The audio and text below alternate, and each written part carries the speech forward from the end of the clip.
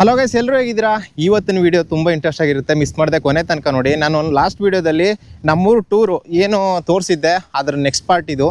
ಅದು ಒಂದು ಸ್ವಲ್ಪ ವಿಡಿಯೋ ಬ್ಯಾಲೆನ್ಸ್ ಇದೆ, ಅದನ್ನು ಆಮೇಲೆ ಹಾಕ್ತೀನಿ. ಸೊ ಸದ್ಯಕ್ಕೆ ನಾನು ಇವಾಗ ಎಲ್ಲಿದ್ದೀನಿ ಗೊತ್ತಾ? So most dangerous place. ನಾವು ನೈಟ್ ಕ್ಯಾಂಪ್ ಹಾಕೋದಕ್ಕೆ ಬರ್ತಾಯಿದ್ವಲ್ಲ, ಆನೆ ಹುಲಿ ಎಲ್ಲ ಬರ್ತಾಯಿದ್ವಲ್ಲ, ಇದೇ ಜಾಗದಲ್ಲಿ ನೋಡಿ. ಸೊ ಇಲ್ಲಿ ನೋಡಿ, ನಮ್ಮ ಮುಂದೆ ಅಲ್ಲಿ ಕಾಣಿಸ್ತಾ ಇದೆಯಾ ಗೊತ್ತಾ? ಆ ಬಾರ್ಡ್ರಿಂದ ಆ ಕಡೆಗೆ ಫಾರೆಸ್ಟ್, ಈ ಕಡೆಗೆ ಎಲ್ಲ ಕಾಣಿಸ್ತಿದೆಯಲ್ಲ ಜಮೀನುಗಳು. ಆ ಜಮೀನುಗಳ ಮುಂದೆ ಅಲ್ಲಲ್ಲಿ ಟ್ರೀ ಹೌಸ್ ಕಾಣಿಸ್ತಿದೆ. ಅವು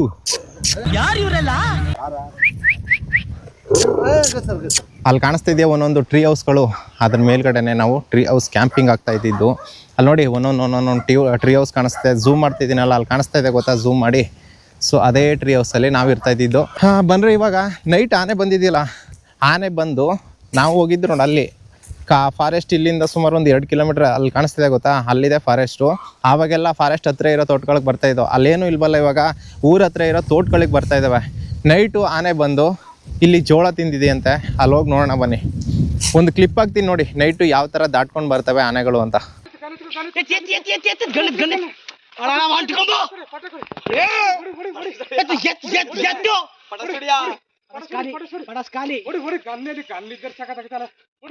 ರೈಲ್ವೆ ಕಂಬೆ ಕೆಳಗೆ ಕಲ್ಲು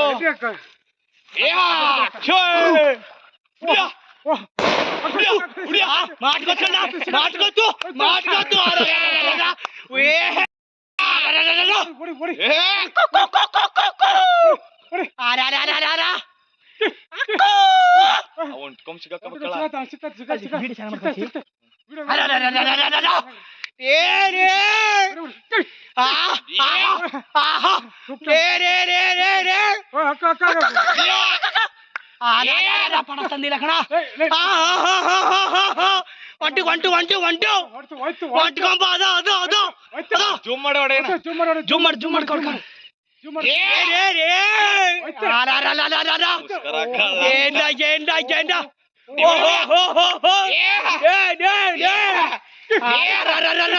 ಏನ ಮನುಷ್ಯ ಏನೋ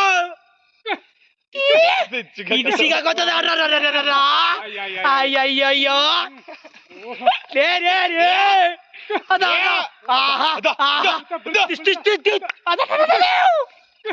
ಇನ್ನೊಂದಿರ ರೈಲ್ವೆ ಕಮ್ಮಿ ನುಗ್ರಾರ ನೀನು.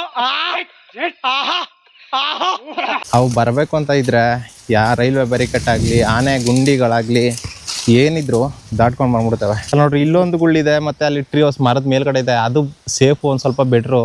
ಇದು ಡೇಂಜರು. ಇದೆಲ್ಲ ತುಳಿದಿರೋದೆಲ್ಲ ಆನೆನೆ. ತುಳಿದು ಯಾವ ಥರ ಪಚಿತಿ ಮಾಡಿದೆ ಅಂತ. ಇದೆಲ್ಲ ಆನೆ ಅಲ್ವಾ ತಿಂದಿರೋದು? ಇಲ್ಲಿ ಸುತ್ತ ಏನು ನೋಡ್ತಾ ಇದ್ದೀರಾ? ಎಲ್ಲ ನೋಡಿ, ಈ ಥರ ಇದ್ದಿದ್ದು ಜೋಳ ಎಲ್ಲ ನುಣ್ಣಗೆ ತಿಂದು. ಇಲ್ಲಿ ನೋಡಿ, ಆನೆ ಲದ್ದಿ. ಸೊ ಏನು ಲಾಭ ಅಂದರೆ ಇದೇ ಲಾಭ, ಲದ್ದಿ. ಸುಮಾರು ಅರ್ಧ ಎಕರೆ ಮೇಲೆ ತಿನ್ಬಿಟ್ಟಿದೆ ಆನೆ. ಎಲ್ಲಿ ಬಂದು ದಾಟಿರೋದು ಇಲ್ಲ. ಇದು ವಿಡಿಯೋ ಮಾಡೋರಲ್ಲ ಅದು ಇಲ್ಲಿಗೆ ಆನೆ ಎಲ್ಲಿಂದ ಬರುತ್ತೆ? ಇಲ್ಲಿ ಕೆಲವೊಂದು ದಾರಿಗಳು ಆಲ್ಮೋಸ್ಟ್ ಎಲ್ಲ ಬಂದ್ ಮಾಡವ್ರೆ. ಇಲ್ಲಿ ರೈಲ್ವೆ ಬ್ಯಾರಿಕೇಡ್ ಇದೆ, ಅದ್ರ ಪಕ್ಕ ಆನೆ ಗುಂಡಿಗಳಿದ್ದಾವೆ.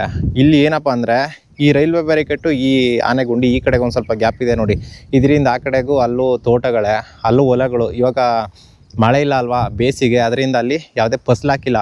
ಅಲ್ಲಿ ಬರೋ ಆನೆ ಡೈರೆಕ್ಟ್ ಹಿಂಗೆ ಬಂದು ಸೀದಾ ತೋಟಗಳಿಗೆ, ಊರ ಹತ್ರ ಇರೋ ತೋಟಗಳಿಗೆ ಹೋಗ್ತವೆ. ಇಲ್ಲಿಗೆ ಆನೆ ಒಂದೇ ಬರೋದು ತೋಟಕ್ಕೆ.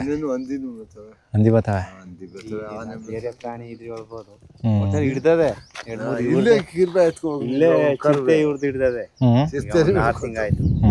ನೋಡಿ, ಇದೇ ಸ್ಪಾಟು. ಚಿರತೆ ಬುಡಿ ನಮ್ಮ ಮನೆಗೆ ಬಂದಿತ್ತಲ್ಲ. ಸೊ ಈ ಥರ ನಾರ್ಮಲ್ ಇಲ್ಲಿನ ರೈತರ ಜೀವನ ಇದೇ ಥರ ಇರುತ್ತೆ. ನೋಡೋದಕ್ಕೆ ಚೆನ್ನಾಗಿ ಕಾಣಿಸುತ್ತೆ, ಬಟ್ ಸ್ವಲ್ಪ ರಿಸ್ಕ್ ಅಷ್ಟೇ. ಇಷ್ಟೆಲ್ಲ ಕಷ್ಟಪಟ್ಟು ರೈತ ಬೆಳೆ ಬೆಳೆದು ನಿಮಗೆ ಆಗ್ತಾ ಇದ್ದಾನೆ ಅಂದರೆ ರೆಸ್ಪೆಕ್ಟ್ ಫಾರ್ಮರ್ಸ್.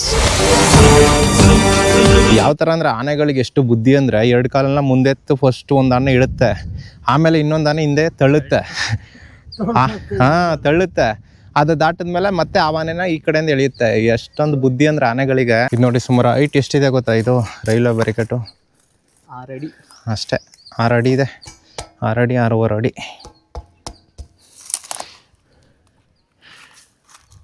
ಅದು ಕೆಲವೊಂದು ದಾಟ್ಕೊಂಡು ಬರ್ತವೆ, ಕೆಲವೊಂದು ಮುರ್ಕೊಂಡೆ ಬಂದ್ಬಿಡ್ತವೆ, ಕೆಲವೊಂದು ಇಲ್ಲಿ ದಾಟ್ತವೆ ಮೇಲ್ಗಡೆ, ಇನ್ನೊಂದು ಕೆಲವೊಂದು ಸ್ವಲ್ಪ ಚಿಕ್ಕದಿದ್ರೆ ಈ ಮಧ್ಯನೇ ಬಂದ್ಬಿಡ್ತವೆ. ಇಲ್ಲಿ ಏನು ಗ್ಯಾಪ್ ಇದೆ, ಒಂದು 3-3.5 ಅಡಿ ಇದೆ, ಅದರಲ್ಲೇ ದಾಟ್ಕೊಂಡ್ಬಿಡ್ತವೆ. ತಿನ್ಕೊಂಡೋಗ್ಲಿ, ನಾವೇನು ಆನೆ ಕಾಡು ಪ್ರಾಣಿಗಳನ್ನು ಬರೋದೇ ಬೇಡ ಅಂತ ಅಲ್ಲ, ಬರಲಿ, ಬೇಕಾದ್ರೆ ಅವು ಸ್ವಲ್ಪ ಸೇರ್ ತಗೊಂಡು ಅವರು ತಿನ್ಕೊಂಡು ಹೋಗ್ಲಿ. ಆ ತಿಂದ ತಕ್ಕನಾಗೆ ಅಲ್ಲಿನ ರೈತರಿಗೆ ಆ ಪರಿಹಾರ ಸಿಕ್ಕಿದ್ರೆ ಏನೋ ಸರೋಗುತ್ತೆ. ಬಟ್ ವೈಜ್ಞಾನಿಕ ಪರಿಹಾರ ಸಿಗ್ತಾ ಇಲ್ಲ. ಸರ್ಕಾರ ಮಾಡಿರೋ ಯಾರು? ನಾವು ಅಲ್ಲಿ ಹೋಗಿ ನೋಡ್ಬೇಕು. ನಮ್ಮೊಂದು ನೀವು ಬಂದು ಜೊತೆಗೆ ಹೋಗೋಣ. ನೋಡ್ರಿ, ಬನ್ನಿ ಮರ ಇದು, ಇಲ್ಲಿ ಹತ್ತಿರದಿಂದ ನೋಡ್ಕೊಳ್ಳಿ, ಬನ್ನಿ ಮರದ ಎಲೆ. ನಾವು ಈ ರೂಟಲ್ಲಿ ಬರ್ತಿದ್ದೋ, ಹಿಂಗೆ ಬಂದು ಹೋಗಿ ಇಲ್ಲಿ ಇನ್ನೊಂದು 2 ಕಿಲೋಮೀಟ್ರ್ ಹೋಗ್ಬೇಕು. ಅಲ್ಲಿಗೆ ಹೋದ್ರೆ ಲಾಸ್ಟು. ನೋಡ್ರಿ, ಇಲ್ಲೊಂದು ಟ್ರೀ ಹೌಸ್ ಇದೆ.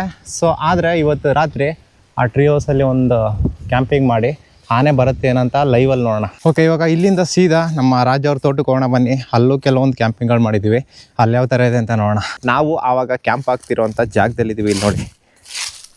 ಸೊ ಇಲ್ಲೇ ನೋಡ್ತಾ ಇದ್ದೀರಾ, ನಾನು ಫಸ್ಟ್ ಕ್ಯಾಂಪ್ ಹಾಕಿದ್ದು ಇದೇ ಮರದ ಮೇಲ್ಗಡೆ. ಅಲ್ಲೇನು ನೋಡ್ತಾ ಇದ್ದೀರಾ, ಹಳ್ಳೆ ಮರ. ಅಲ್ಲಿ ಮೇಲ್ಗಡೆ ಒಂದು ಟ್ರೀ ಹೌಸ್, ಅಲ್ಲೊಂದು ಗುಳ್ಳಾಕಿದ್ದು ಮೇಲ್ಗಡೆ.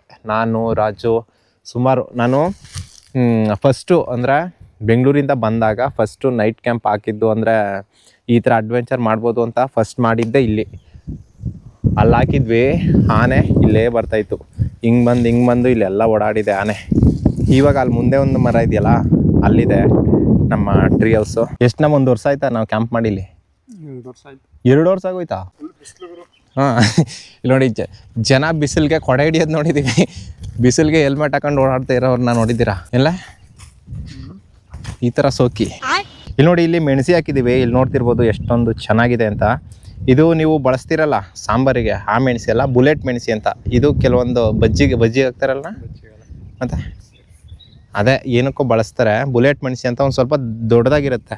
ನಾರ್ಮಲ್ ಮೆಣಸಿ ನಾವೆಲ್ಲ ಬಳಸ್ತೀವಲ್ಲ, ಅದು ನೋಡಿ ಈ ಮೆಣಸಿ. ಬನ್ನಿ ಈ ಕಡೆ, ಇದು ಹಾಂ, ಇದು ನೀವೆಲ್ಲ ಬಳಸೋ ಸಾಂಬಾರು ಮೆಣಸಿ, ಇದು ಬುಲೆಟ್ ಮೆಣಸಿ.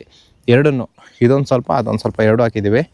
ಇವಾಗ ಸದ್ಯಕ್ಕೆ ಇದರ ರೇಟು ಒಂದು 30-40 ರೂಪಾಯಿ ಇದೆ. ಸೊ ಹೇಳೋದಕ್ಕಾಗಲ್ಲ, ಇವತ್ತು 20ಕ್ಕೆ ಹೋಗಿರುತ್ತೆ, ನಾಳೆ 40ಕ್ಕೆ ಹೋಗಿರುತ್ತೆ. ಅಂದರೆ ರೈಟ್ ಏರುಪೇರು ಆಗ್ತಾ ಇರುತ್ತೆ. ಲಕ್ಕು, ಒಂಥರ ಲಕ್ಕು. ಸದ್ಯಕ್ಕೆ ಮೆಣಸಿ ಒಂದೇ ಇರೋದು. ಇವಾಗ ಸ್ವಲ್ಪ ದಿನದಲ್ಲಿ ಇದು ಚಿಯಾ ಹಾಕಿದ್ವಿ, ಅದು ಮುಗೀತು.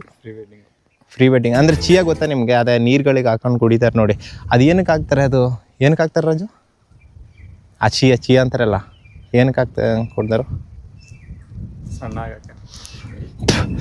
ಹೋಗಿ ಇವನು ಓದೇ ಅವನ ಬಂದ. ಚಿಯಾನ ಏನಕ್ಕೆ ಬಳಸ್ತಾರೆ ಬೈ? ಒಳ್ಳೆ ಅದು ಯಾವ್ದೋ ಪ್ರೋಟೀನ್ ಗೀಟಿನ್ ಬಳಸ್ತಾರೆ ಹುಡುಗರು. ನಿದ್ದೆ ಮಾಡಿ ಎದ್ದು ಬಂದಾನೆಲ್ಲ, ನಿದ್ದೆ ಮಾಡಿ ಇವಾಗ ಎದ್ದು ಬಂದಾನೆ ದುಬೈ.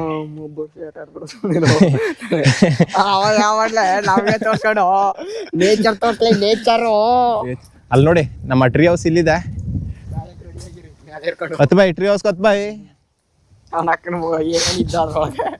ಬಂದು ಇಸ್ಕೊಟ್ಬಿಟ್ರೆ ಇದೆ ನೋಡಿ ನಮ್ಮ ಟ್ರೀ ಹೌಸು. ಒಂದ್ಸಲ ನಾನು ರಾಜು ಒಂದ್ಸಲ ಈ ಟ್ರೀ ಹೌಸ್ ಒಳಗಡೆ ಮೇಲೆ ಅಲ್ಲಿ ಮಲಗಿದೀವಿ. ಆನೆ ನೀನಾ? ಇಲ್ಲ, ನಾನು ರಾಜ್ ಮನ್ಗಿದ್ದು. ಆನೆ ಇದ್ರ ಸುತ್ತಾನೆ ಹೋಗದೆ. ಬೆಳಗ್ಗೆ ಬಂದು ಇವ್ರಪ್ಪ ಹೇಳಿಸ್ಮೇಲೆ ಗೊತ್ತಾಯ್ತು ನಮ್ಗೆ ಕೆಳಗಡೆಗೆ ಆನೆ ಬಂದಿದೆ ಅಂತ. ಅಲ್ಲಿ ನೋಡಿ, ನನ್ನ ಕ್ಯಾಪ್ ನೋಡಿ ಅಲ್ಲೇ ಇದೆ, 1 ವರ್ಷದಿಂದ. ಎತ್ ಬೈ ಆ ಕ್ಯಾಪ ಅಲ್ಲಿ.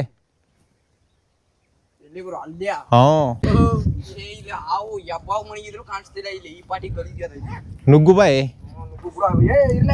10 ಬಾಯ್. ನಮ್ ಗಾಡಿ ಕೆಳಕ್ ಹೋಗಲ್ಲ.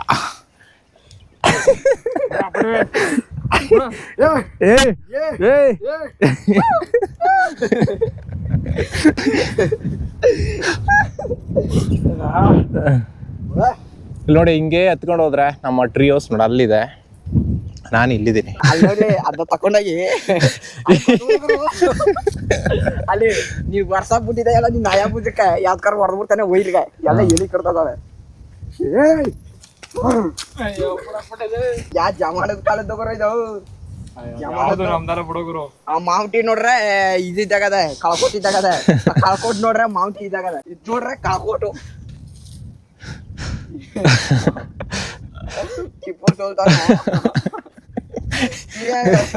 ಪಿರಂಗಿಗಳಿಗೆ ನಾವು LKG UKG ಆ ಥರ ಏನೂ ಓದೇ ಇಲ್ಲ. ಡೈರೆಕ್ಟ್ 1ನೇ ಕ್ಲಾಸ್ಗೆ ಜಾಯಿನ್. 1ನೇ ಕ್ಲಾಸಿಂದ 5ನೇ ಕ್ಲಾಸ್ ತನಕ ಇದೇ ಸ್ಕೂಲಲ್ಲಿ ಓದಿದ್ದು ನಾನು. ಫಸ್ಟು ಸ್ಕೂಲಿನ ಬಾತ್ರೂಮ್ ತೋರಿಸ್ತೀನಿ ಬನ್ನಿ. ನಾವು ಒಂಚೂರು ಸರ್ಗಳು ಕರೆದ್ರೆ ಸಾಕು, ಕ್ಲೀನ್ ಮಾಡಿ ಬಂದರು ಬಾತ್ರೂಮ್ನ ಅಂತ ಕರೆದ ತಕ್ಷಣ ಓಡೋಡಿ ಬಂದು ಇದನ್ನೆಲ್ಲ ಕ್ಲೀನ್ ಮಾಡಿರೋ ನೆನಪು ಇನ್ನೂ ಹಾಗೇ ಇದೆ. ಸೊ ಇಲ್ಲಿ ನೋಡಿ ಎಲ್ಲ ಈ ಥರ ಆಗಿದೆ ನಮ್ಮ ಸ್ಕೂಲು. ಮುಂದೆಯಿಂದ ನೋಡೋಣ ಬನ್ನಿ. ಫಸ್ಟು ಇಲ್ಲೆಲ್ಲ ಗಾರೆ ಹಾಕಿರಲಿಲ್ಲ, ಇಲ್ಲೆಲ್ಲ ಬರೀ ಮಣ್ಣೆಲ್ಲ ಇದ್ದಿದ್ದು. ಅದನ್ನೆಲ್ಲ ಕ್ಲೀನ್ ಮಾಡೋದು ಮತ್ತು ಇಲ್ಲಿ ಗಿಡಗಳು ನೆಡೋದು ಆ ಥರ ಮಾಡ್ತಾಯಿದ್ವಿ. ಇದೇ ನೋಡಿ ಇವತ್ತು ರಜೆ ಇದೆ, ಕ್ಲೋಸ್ ಇದೆ. ಸೊ ನಮ್ಮ ಸ್ಕೂಲಿಂದು ಒಂದು ಸಪ್ರೇಟ್ ವ್ಲಾಗಲ್ಲಿ ತೋರಿಸ್ತೀನಿ ನಿಮಗೆ. ಒಳಗಡೆ ಎಲ್ಲ ಹೋಗಿ ಯಾವ ಥರ ಇತ್ತು ಎಕ್ಸ್ಪೀರಿಯನ್ಸ್ ಎಲ್ಲನೂ ಹೇಳ್ತೀನಿ. ಸದ್ಯಕ್ಕೆ ಹಾಗೆ ಬನ್ನಲ್ಲ, ಸೊ ತೋರಿಸ್ದೆ ಅಷ್ಟೇ. ಆವತ್ತು ನಾನು ಏನು ಮೋಟೋ ವ್ಲಾಗನ್ನು ಅರ್ಧಕ್ಕೆ ನಿಲ್ಲಿಸಿದ್ದೆ, ಅದನ್ನು ಕಂಟಿನ್ಯೂ ಮಾಡ್ತೀನಿ, ಅದನ್ನು ನೋಡ್ರಿ. ಇಲ್ಲೇ ನೋಡ್ತಾ ಇದ್ದೀರಾ, ಇಲ್ಲಿಂದ ಟಿಬೆಟಿಯನ್ ಕ್ಯಾಂಪ್ ಸ್ಟಾರ್ಟ್ ಆಗುತ್ತೆ. ನಮ್ಮೂರಲ್ಲಿ ನಾವು ಮಾತ್ರ ಇಲ್ಲ, ಬೇರೆ ದೇಶದಿಂದ ಬಂದಿರುವಂತಹ ಅಂದರೆ ಟಿಬೆಟಿಯಿಂದ ಬಂದಿರುವಂತಹ ಟಿಬೆಟ್ ಜನಗಳಿಗೆ ಆಶ್ರಯ ಕೊಟ್ಟಿದ್ವಿ. ಸುಮಾರು ಇಲ್ಲಿ 3000ದಿಂದ 4000 ಎಕರೆ ಜಾಗದಲ್ಲಿ ಟಿಬೆಟಿಯನ್ ಜನಗಳು ಇಲ್ಲಿ ವಾಸವಾಗಿದ್ದಾರೆ ನಮ್ಮೂರಲ್ಲೇ. ಇಲ್ಲೇ ನೋಡ್ತಾ ಇದ್ದೀರಾ ಬಿ ವಿಲೇಜ್. ಸೊ ಈ ಥರ A ಇಂದ Z ವರ್ಗೆ ಟೋಟಲ್ 24-26 ವಿಲೇಜ್ಗಳಿದ್ದಾವೆ.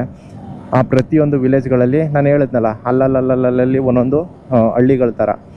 ಸೊ ಇದು ಅವರ ಮನೆಗಳು. ಇಲ್ಲಿಂದ ಸ್ಟಾರ್ಟ್ ಆಗುತ್ತೆ ನೋಡಿ. ನಮ್ಮ ಮನೆಗಳಿಗೂ ಅವರ ಮನೆಗಳಿಗೂ ಡಿಫ್ರೆಂಟ್ ನೋಡ್ಬೋದು. ಇಲ್ಲಿ ನಾವು ನಮ್ಮೂರಿಂದ ಹಾಗೇ 1 ಕಿಲೋಮೀಟ್ರ್ ಬಂದರೆ ಇದು ಸಿಗುತ್ತೆ. ಇಲ್ಲಿ ಬಂದು ನೋಡಿದಾಗ ಒಂಥರ ನಾವು ಎಲ್ಲೋ ಬೇರೆ ದೇಶಕ್ಕೆ ಬಂದಿದ್ದೀವಿ ಅನ್ನೋ ಫೀಲು ನಮಗೆ ಬರುತ್ತೆ. ಅವರಲ್ಲೂ ಕೆಲವೊಬ್ಬರು ವ್ಯವಸಾಯ ಮಾಡ್ತಾರೆ, ಕೆಲವೊಬ್ಬರು ಬೇರೆ ಕಡೆ ಕೆಲಸಗಳನ್ನು ಮಾಡಿಕೊಂಡು ಇಲ್ಲಿ ಜೀವನ ಮಾಡ್ತಾ ಇದ್ದಾರೆ. ಸೊ ಇಲ್ಲಿ ನೋಡಿ ಅವರ ಮನೆಗಳು ಒಂದು ಸ್ವಲ್ಪ ನಮಗೂ ಅವ್ರಿಗೂ ಸ್ವಲ್ಪ ಡಿಫ್ರೆಂಟ್ ಇರುತ್ತೆ. ಇದೆಲ್ಲ ಅವರ ಮನೆಗಳು ನೋಡಿ, ಈ ಥರ ಕಾಣಿಸುತ್ತೆ ನಿಮಗೆ ಅವರ ಮನೆಗಳೆಲ್ಲ. ಕಾಣಿಸ್ತಿದೆ ಮುಂದೆ. ಇತ್ತೀಚೆಗೆ ತುಂಬ ಜನ ಟೂರಿಸ್ಟ್ಗಳು ನಮ್ಮೂರನ್ನ ನೋಡೋದಕ್ಕೆ ಎಲ್ಲೆಲ್ಲಿಂದನೋ ಬರ್ತಾರೆ. ಆಮೇಲೆ ಗೊತ್ತಾಗಿದ್ದು ನಮ್ಮೂರು ಟೂರಿಸ್ಟ್ ಪ್ಲೇಸ್ ಅಂತ. ಸೊ ಇದು ಚೆನ್ನಾಗಿದೆ ನಮ್ಮೂರು. ಇನ್ನು ಮುಂದೆ ಹೋದರೆ ಒಳ್ಳೊಳ್ಳೆ ಪ್ಲೇಸ್ಗಳಿದ್ದಾವೆ. ಟಿಬೆಟಿಯನ್ ಕ್ಯಾಂಪ್ ಆಗಿರ್ಬೋದು, ಅದನ್ನೆಲ್ಲ ನಾನು ಸೆಪ್ರೇಟ್ ಒಂದು ವಿಡಿಯೋ ಮಾಡಿ ಹಾಕ್ತೀನಿ. ಎಲ್ಲನೂ ಒಂದೇ ವಿಡಿಯೋದಲ್ಲಿ ತೋರಿಸೋದಕ್ಕಾಗಲ್ಲ. ನಮ್ಮ ಹಳ್ಳಿ ನೋಡೋದಕ್ಕೆ ಒಂಥರ ಚೆನ್ನಾಗಿದೆ. ನೋಡೋದಕ್ಕೆ ಹಳ್ಳಿ ಚೆನ್ನಾಗಿದ್ರೆ ಸಾಲದು, ಹಳ್ಳಿಲಿರೋ ಜನ ಕೂಡ ಅಷ್ಟೇ ಚೆನ್ನಾಗಿರ್ಬೇಕು. ಆ್ಯಕ್ಚುಲಿ ನಾವು ಸಿಟಿ ಆಗಲಿ ಹಳ್ಳಿ ಆಗಲಿ ಆ ಒಂದು ಪ್ಲೇಸು ಚೆನ್ನಾಗಿ ಅನಿಸೋದು ಅಲ್ಲಿ ಚೆನ್ನಾಗಿರೋ ಜನ ಇದ್ದಾಗ ಮಾತ್ರ. ಇವಾಗ ಫಸ್ಟ್ ಹೋಗಿ ತಿಂಡಿ ಮಾಡಬೇಕು. ನಾನು ಇನ್ನೂ ತಿಂಡಿನೇ ಮಾಡಿಲ್ಲ. ಬೆಳಿಗ್ಗೆ ಇಲ್ಲಿ ನೋಡ್ರಿ ದುಬೈ ನಿಂತವನೆ. ದುಬೈ ಕಾಲೇಜ್ಗೆ ಹೋಗೋದಕ್ಕೆ, ಇವಾಗ ಎಕ್ಸಾಮು ದುಬೈಗೆ, ಕಾಲೇಜ್ಗೆ ಹೋಗೋದಕ್ಕೆ ಬಸ್ಸಿಗೆ ಕಾಯ್ಕೊಂಡು ಇಲ್ಲಿ ನಿಂತವನೆ. ನಾನು ಬಂದಿರೋದೇ ಗೊತ್ತಿಲ್ಲ ನೋಡಿ.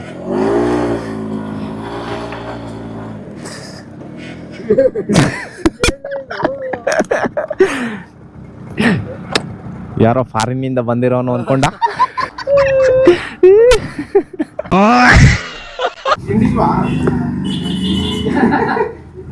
ನೋಡ್ರಿ